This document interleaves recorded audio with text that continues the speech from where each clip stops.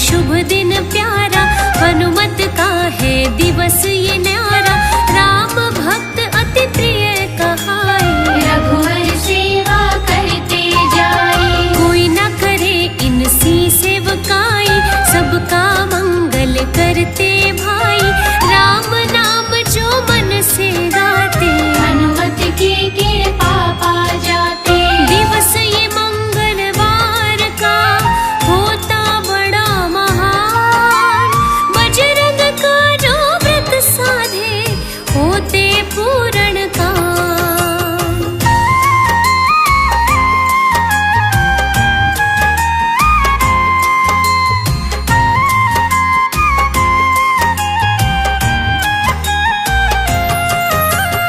एक दिवस ऐसा था आया, राम सिया का दर था भाया।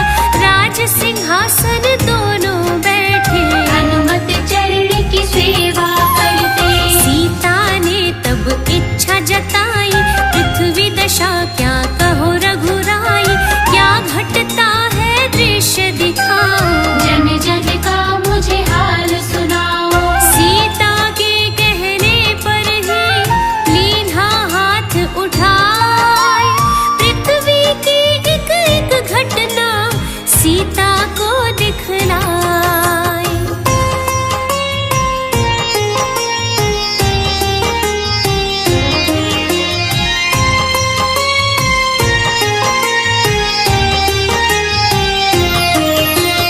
हनुमत ने तब नजर गड़ाई, दृश्य ऐसा देखा भाई। एक पंडित करता था पूजा, राम भजन में वो था डूबा।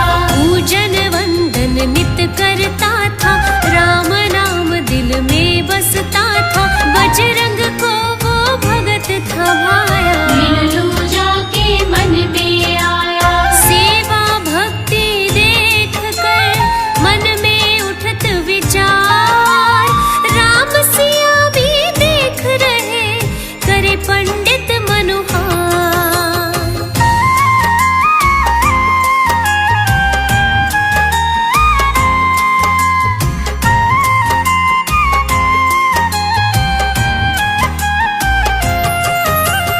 गांव का मुखिया तब ही आया, उसने पंडित को समझाया।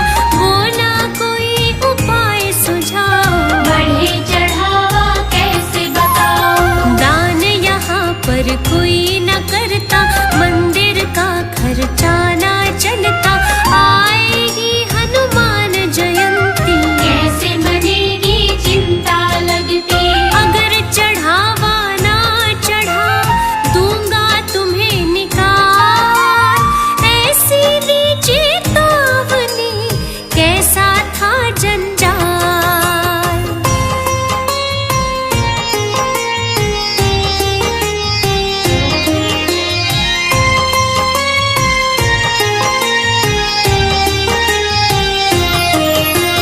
राम ने तब हनुमत को देखा, आज्ञा दीनी धरा पे भेजा। बोले भक्त की लाज बचाओ, कारज सारी जाए बनाओ। हनुमत ने रूप को बदला, एक तेज काया से निकला। एक सज्जन का रूप बनाया, मंदिर पथ पे पग को बढ़ाया। भक्त के मंदिर जा पहुँचे बजरंगी हनुमान। पंडित करता जाप था, बोले जय सिया राम।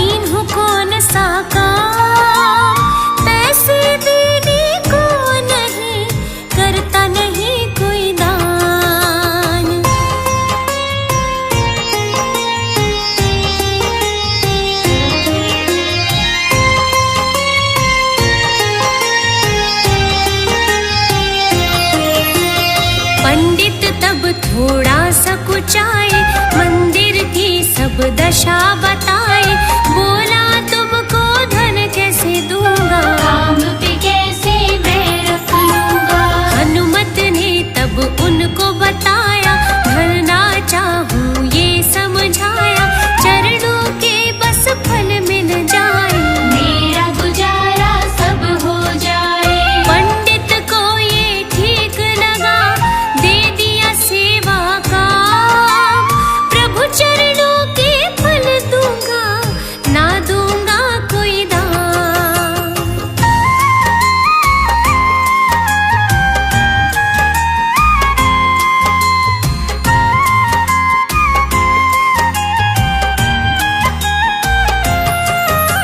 सदानंद अब काम था करता, झाड़ू पोछा करता रहता, करता मंदिर की रखवाली, सेवा की थी बात निराली। प्रतिमा पर जो भोग लगाता, फल मेवा वो ही बस पाता, चरणों में नित ध्यान लगाए, असली रूप ना अपना दिखाए। कोई न जाने बात को, ना ही सका पहचान, मंदिर में साक्षात थे राम भक्त हनुमान।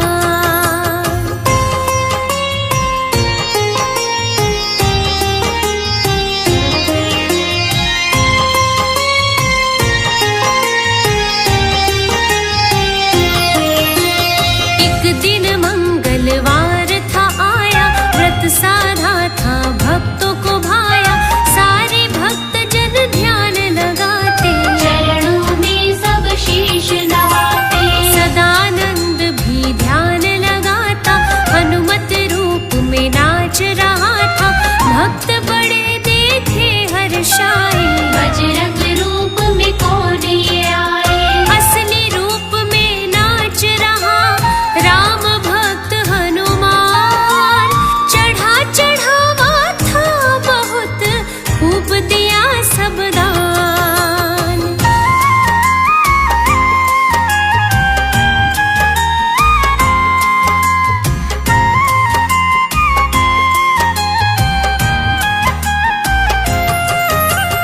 हैरत में पंडित ने देखा, कौन रूप हनुमत ले बैठा, ये है सदानंद मन में आया, इसने ही ये रूप बनाया। दान दक्षिणा को तब देखा, पंडित ने उसको ना टोका, हनुमत जब जब नाचत जाए, देखो चढ़ावा चढ़ता जाए। पंडित ने तब सौंप दिया सदानंद को काम, हनुमत वेश बना नाचो, बन जाएंगे काम।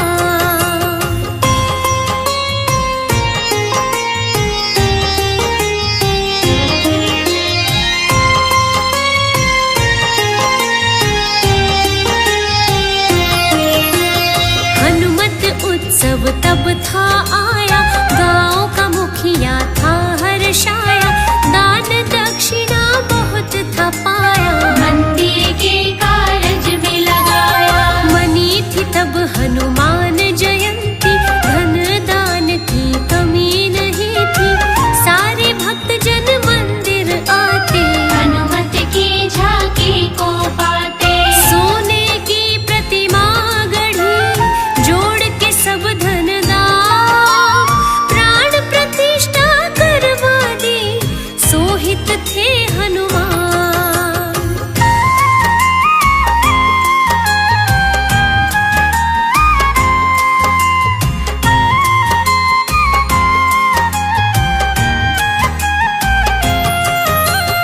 एक दिवस ऐसा था आया, मुखिया ने पत्नी के भाई को बुलाया, मूरत तब उसको दिखलाई, हनुमत प्रतिमा मन अति भाई। उसके मन में लालच आया, इसे चुरा लूं ऐसा भाया, ऊंचे दाम पे घर में बेचूं, निर्धनता फिर मैं ना देखूं। रात वो मंदिर में घुसा, चोरी का किया काम, पंडित ने मंदिर खोला, देख हुआ है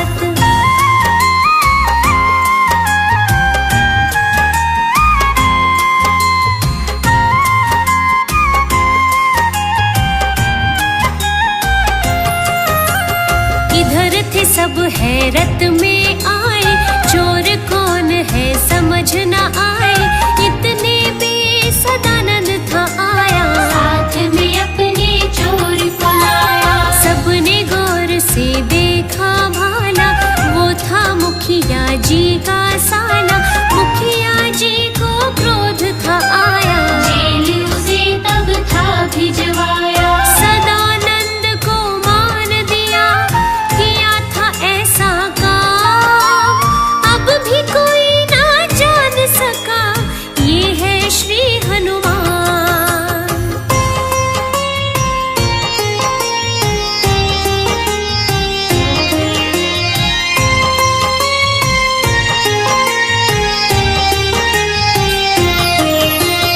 राम सिया तब नगर में आए, माया सारी सब समझाए, पंडित का मन तब हर्षाया, बजरंगी का दर्शन पाया। सुखी हुए सब नगर निवासी, हनुमत ने सब दशा बदल दी, राम की आज्ञा को तब पाया, हनुमान ने रूप दिखाया। कारज सब पूर्ण हुए, पाया सुख का धाम, मंदिर भव्य सज गया, ऐसा दिया वरदान।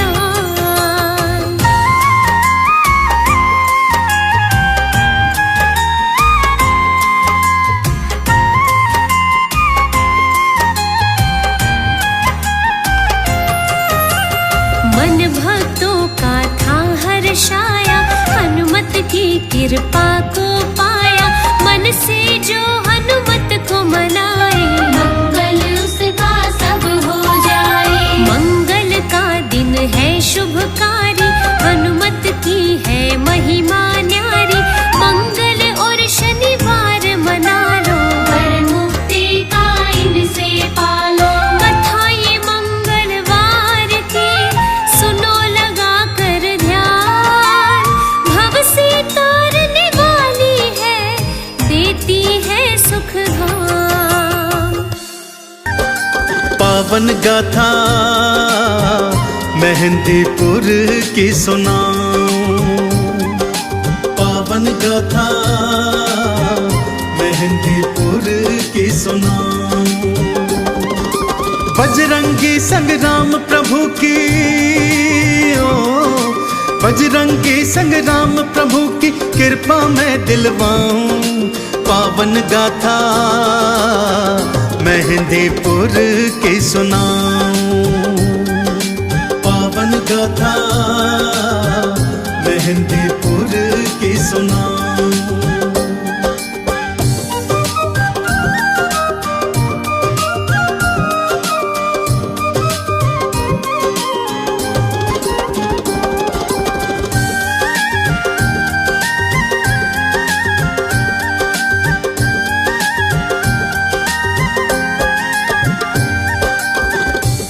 पावन पवित्र गाथा इस प्रकार से है भक्तों, जो आज मंदिर के महंत जी हैं, उन्हीं के पूर्वज महंत जी को एक दिवस एक सपना आया भक्तों। जहाँ पर आज ये पावन मंदिर है, वहाँ पहले घना घनघोर जंगल था, जहाँ मनुष्य आने से डरते थे भक्तों। दिन में ही यहाँ कोई ना आता था, तो भला रात की तो बात ही क्या।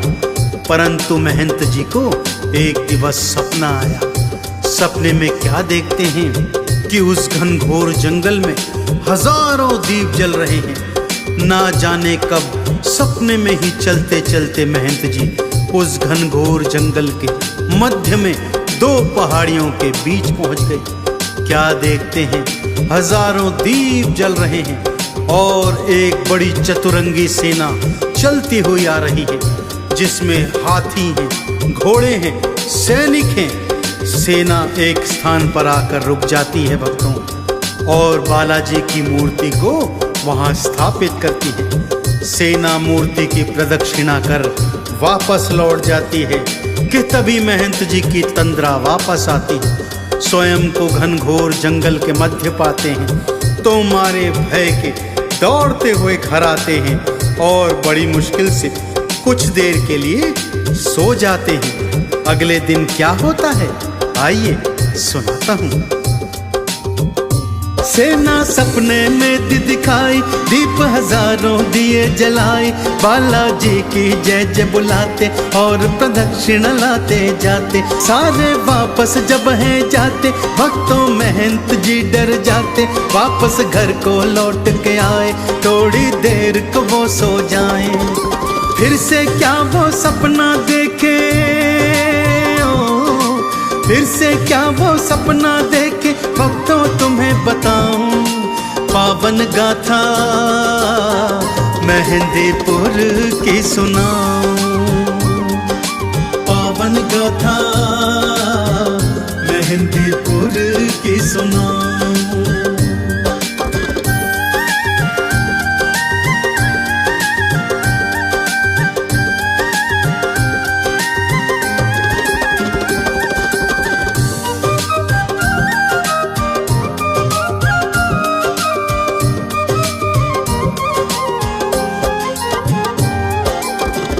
बड़ी मुश्किल से आंख लगी भक्तों के फिर एक सपना दिखाई दिया। इस बार सपने में 3 मूर्तियां दिखाई दी, बालाजी की, प्रेतराज सरकार की और भैरवनाथ जी की। उनको एक आकाशवाणी सुनाई दी, हे महंत जी, आओ यहाँ पर आकर हमारी मूर्तियां निकालो और हमारा मंदिर स्थापित करवाओ, तथा फिर मंदिर की तन मन धन से सेवा करो, तुम पर हमारी कृपा रहेगी। महंत जी की आंख खुली, अपने स्वप्न के विषय में सारे गांव वालों को बताया और गांव वाले महंत जी के साथ बड़ी हिम्मत करके उस निर्जन मन में उस स्थान पर आ गए भक्तों। और बालाजी के बताए अनुसार जब उस स्थान की खुदाई करी, तब वहां से बालाजी की ये स्वयंभू मूर्ति प्रकट हो गई भक्तों। जब भी 3 मूर्ति दिखाई, सपने में आवाज लगाई, भक्ता मेरी सेवा लाओ, मेरी भक्ति का फल पाओ। भक्तों मिल संग करी खुदाई, पावन मूर्ति दी थी दिखाई। छोटा मंदिर एक बनवाया, मूर्ति को स्थापित करवाया। आगे हुआ था क्या फिर भक्तों, आगे हुआ था क्या फिर भक्तों, आओ तुम्हें बताऊं। पावन गाथा मेहंदीपुर की सुनाऊं, पावन गाथा मेहंदीपुर की सुनाऊं।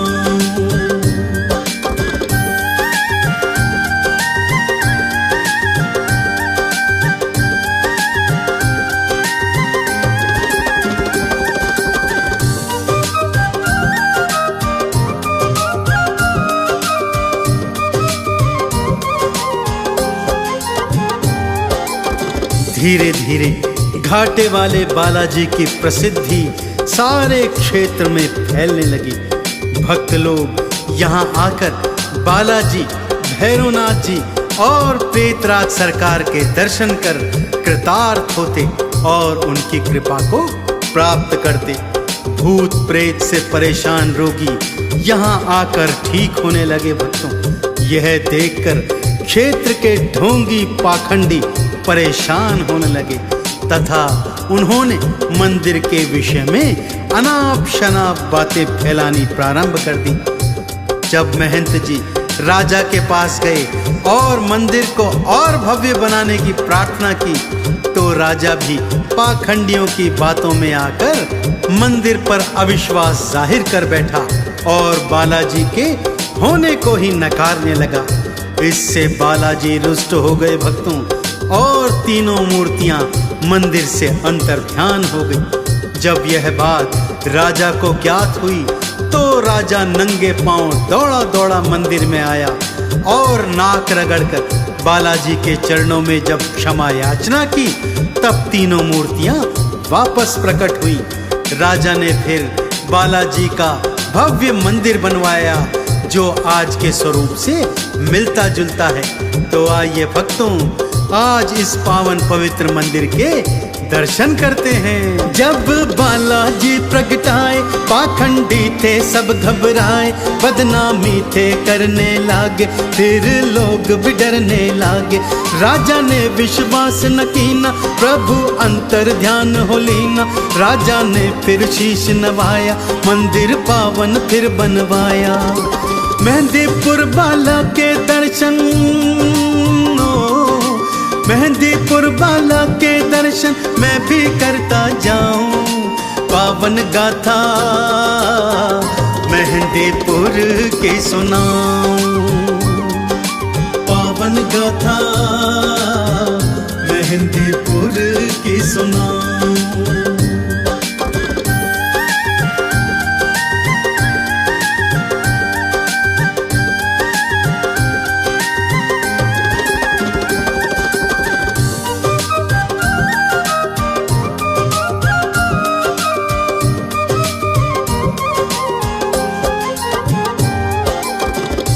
तब से भक्तों दो पर्वतों के बीच में घाटे वाले मेहंदीपुर बालाजी का मंदिर सभी के लिए आकर्षण का केंद्र बना हुआ है। भूत प्रेत की बाधाएं यहाँ आकर चंद क्षणों में दूर हो जाती हैं।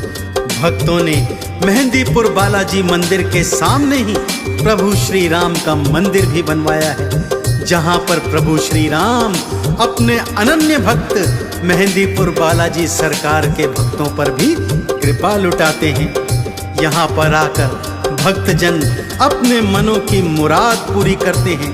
बालाजी के दर्शन और श्री राम जी के दर्शन करने के पश्चात इस घनघोर कलयुग में पाप ताप संतापों से मुक्ति प्राप्त करते हैं। तो आप भी यदि कलयुग के पाप ताप संताप मिटाना चाहते हैं भक्तों, तो जीवन में एक बार घाटे वाले बालाजी के मंदिर में आकर इनकी पवित्र पावन मूर्ति के दर्शन अवश्य कीजिए। दोनों हाथ खोलकर प्रेम और श्रद्धा से मेरे साथ बोलिए, बोले मेहंदीपुर बालाजी सरकार की, बोले श्री रामचंद्र जी महाराज की। बालाजी सब कष्ट मिटाए, प्रेत राज सब भूत भगाए, भैरों दर पे जो भी आए, आपद विपदा दूर भगाए। मेहंदीपुर के मंदिर आओ, बालाजी का दर्शन पाओ, राम प्रभु की कृपा पाओ, भक्तों चंदन तिलक लगाओ। आरती और चालीसा गाए, आरती और चालीसा गाए, चंदन तिलक लगाऊं। मेहंदीपुर की पावन गाथा सुनाऊं, पावन गाथा मेहंदीपुर की सुनाऊं। लाल देह लाली लसे अरुधर लाल लंगो, वज्र देह दानो दलन, जय जय जय कपिसूल। रामदूत बजरंग बली, रुद्र के तुम अवतार, तीनों लोक में हो रही आपकी जय जयकार। रामदूत हनुमान शत शत तुम्हें प्रणाम, रामदूत हनुमान शत शत तुम्हें प्रणाम।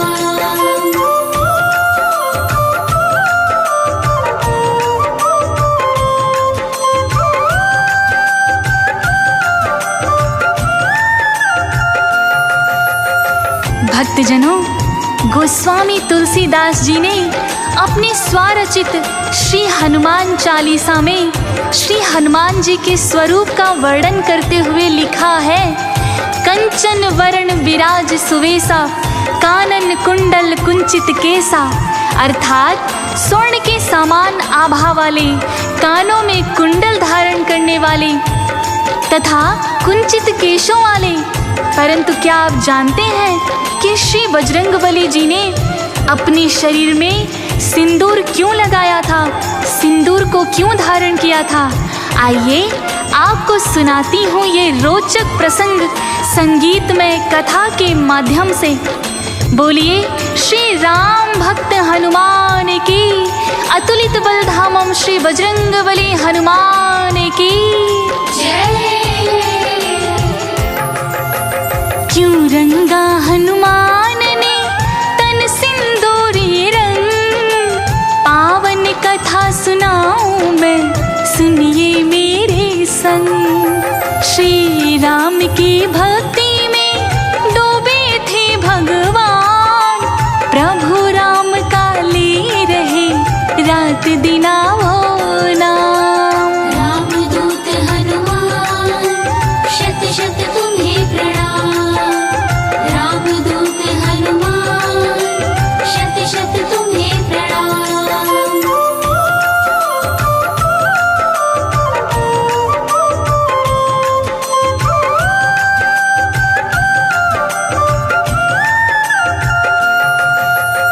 भक्तों, ये प्रसंग उस वक्त का है जब प्रभु राम जी का राज तिलक हो चुका था और श्री हनुमान जी राम जी के चरणों में दिन रात लगे थे। एक दिवस माँ सीता की सेवा में थे कि क्या देखते हैं कि माँ सीता अपनी मांग में चुटकी भर सिंदूर लगा रही हैं। हनुमान जी के मन का कौतूहल जागा और वो माँ से इसका कारण पूछने लग गए। पहले तो सीता माँ ने सोचा कि हनुमान को क्यों ही बताऊं। माँ ने उन्हें टालने का अथक प्रयास किया, परंतु जब हनुमान जी बाल हट लगा बैठे तो माँ क्या ही करती, माँ को बताना पड़ा। आइए सुनते हैं कि सीता माँ ने उस सिंदूर को लगाने का क्या कारण, क्या वजह बताई हनुमान जी को। इसे लगाने से सुनो राम मेरे हो जाए, एक चुटकी सिंदूर से आयु भी बढ़ जाए। इसीलिए ये लगा रही मांग में मैं सिंदूर, प्रभु राम का मुझे मिले प्रेम भी भरपूर। रामदूत हनुमान शत शत तुम्हें प्रणाम, रामदूत हनुमान शत शत तुम्हें प्रणाम।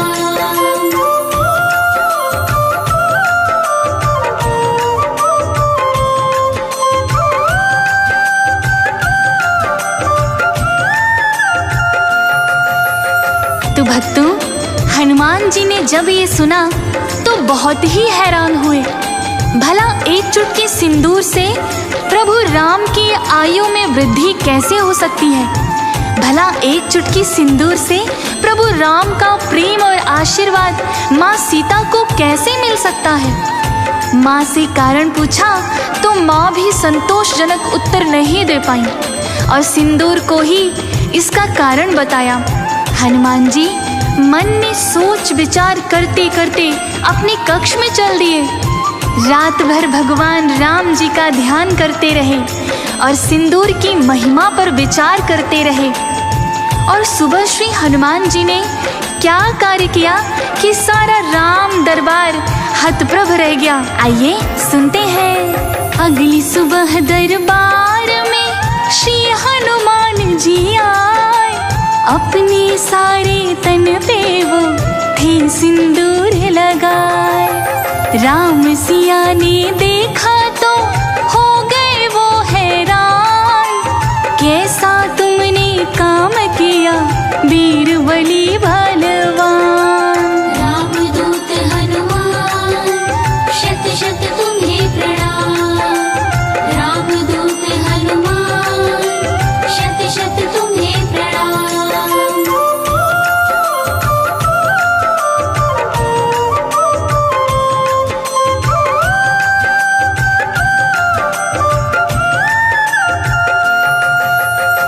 भक्तों, हनुमान जी महाराज की ये हतप्रभ करने वाली क्रिया राम जी और सीता माँ ने देखा तो वो आश्चर्यचकित हो गए। और राम जी को जब हनुमान जी ने बताया तो राम जी मन ही मन मुस्कुराए और राम जी ने कहा कि तेरे जैसा राम भक्त इस त्रिलोकी में ना तो कोई हुआ है और ना कभी होगा। भक्तों, तभी से सारी सृष्टि श्री हनुमान जी को परम राम जी का भक्त मानती है और हर मंगल और शनि को उन्हें सिंदूर चढ़ा उनकी और राम जी की कृपा प्राप्त करते हैं। तो आइए भक्तों, सुनते हैं इस कथा में कि किस प्रकार हनुमान जी ने राम जी को सिंदूर लगाने का कारण पूछने पर उत्तर दिया और उसके बाद हनुमान जी महाराज के लिए राम जी क्या आशीर्वाद देते हैं, सीता माँ उन्हें क्या आशीर्वाद देती हैं। तो आइए सुनते हैं इस कथा के माध्यम से कि हनुमान जी क्या करते हैं और क्या उत्तर देते हैं राम जी और सीता माँ के प्रश्नों का। एक चुटकी सिंदूर से मैया आपको पा